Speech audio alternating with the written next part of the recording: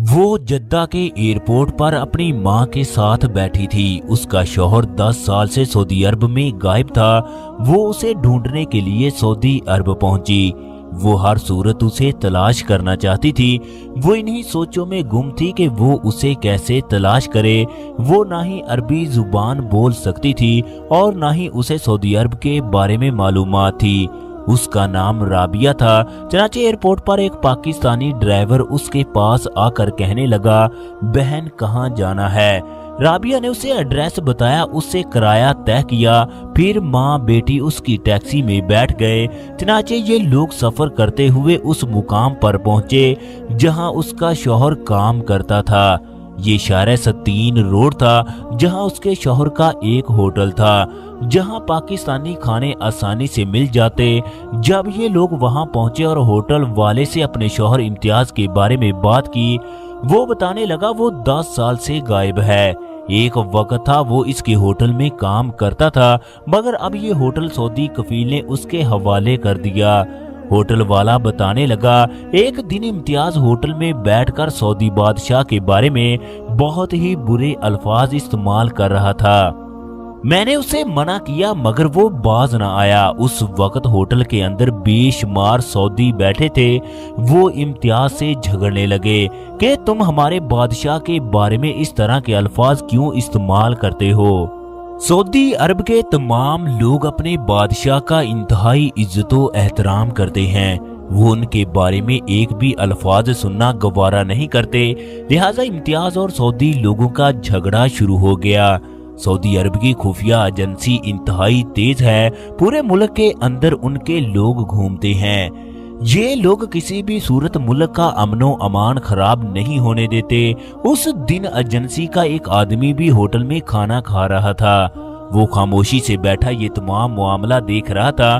कुछ देर के बाद मामला ठंडा हो गया। तमाम लोग अपने अपने घरों को चले गए। आखिर वही हुआ जिसका डर था। आधी रात को सऊदी पुलिस हमारे कमरे के दरवाजे को तोड़कर अंदर दाखिल हुई। एजेंसी का वो आदमी भी उनके साथ शामिल था। चनाचे इन्होंने इम्तियाज को गिरफ्तार कर लिया। वो वहां से उसे घसीटते हुए ले गए। यूं आज 10 साल से इम्तियाज का पता नहीं वो कहाँ है।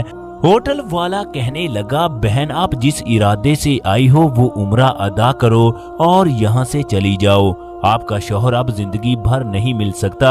आप उसका इंतजार करना छोड़ दो, क्योंकि जो एक दफा सऊदी एजेंसी के हत्थे चढ़ गया वो जिंदगी भर सूरज की रोशनी नहीं देखता। राबिया कहने लगी, उसे अपने खुदा पर पूरा भरोसा है। वो उसे सऊदी अरब से लिए बगैर वापस नहीं जाएगी। होटल से बाहर आकर राबिया ने टैक्सी वाले को कहा, मुझे अरबी जुबान में एक लेटर लिखवाना है। चनाचे टैक्सी वाला उसे कंप्यूटर वाले के पास ले गया।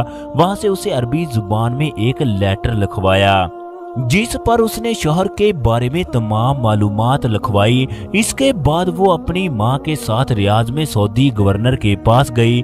वहां पर बेशुमार सिक्योरिटी थी। किसी ने उसे अंदर जाने की इजाजत ना दी। वो सुबह से शाम तक एक कोने में बैठी रही। खुदा का करना यूं हुआ, एक सऊदी वहां पर आया। ये भी सऊदी शहजादा था जो इस्लामाबाद की इस्लामिया यूनिवर्सिटी से पढ़ा था। वो रवानी के साथ उर्दू जुबान बोल सकता था। जब सऊदी शहजादे ने उर्दू में बात की तो राबिया ने ज़ारो कतार रोना शुरू कर दिया। वो राबिया को कहने लगा, मेरी बहन मैं उर्दू जुबान मुकम्मल तौर पर जानता हूँ। आप मेरे साथ अंदर चलो, आराम से मुझे बताओ कि क्या मामला है। चनाचे सऊदी शहजादा राबिया को अंदर ले गया। सबसे पहले उसके मुलाजिम ने तमाम लोगों को पानी पिलाया। फिर राबिया उसे बताने लगी, मेरे शौहर का जद्दा में शाहरा सतीन रोड पर एक होटल था। हम दोनों की पसंद की शादी थी। शादी के 20 दिन के बाद वो सऊदी अरब वापस आया। उसके बाद उसका कोई पता नहीं वो कहाँ गायब है। खुदा के लिए आप हमारी मदद करें। मैंने इस कागज पर तमाम मालूमात लिखवाई हैं। सऊदी शहजादे ने राबिया से वो पेपर लिया। इसके बाद अपने सेक्रेटरी के हवाले करते हुए कहा, मुझे इस आदमी के बारे में तमाम मालूमात चाहिए। इसके बाद उसने राबिया से वादा किया वो उसके शौहर को ढूंढने में मदद करेगा। चनाचे ये लोग वहां से वापस आ गए। राबिया अपने शौहर के लिए दुआएं करती रही।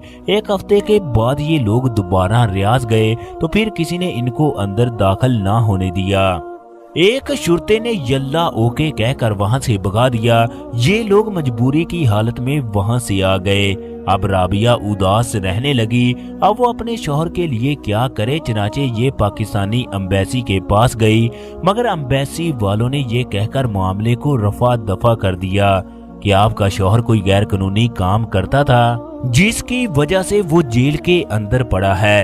ये लोग उम्रे के वीजे पर सऊदी अरब गए, इनके पास तमाम रकम खत्म हो गई।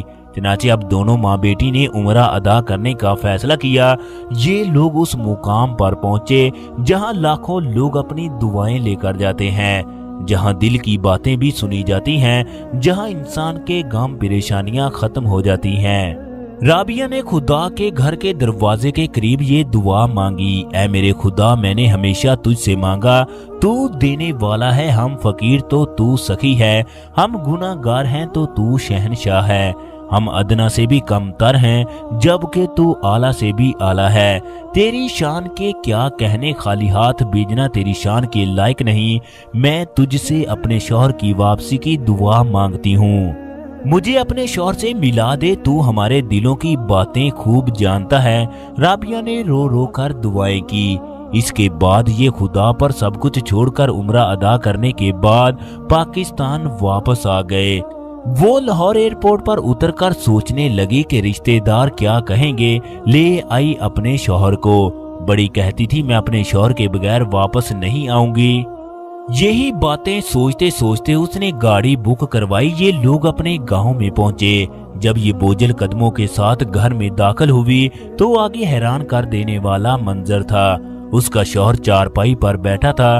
उसने अपने शौहर को देखते ही गले से लगा लिया, उसके सर का बोसा लिया।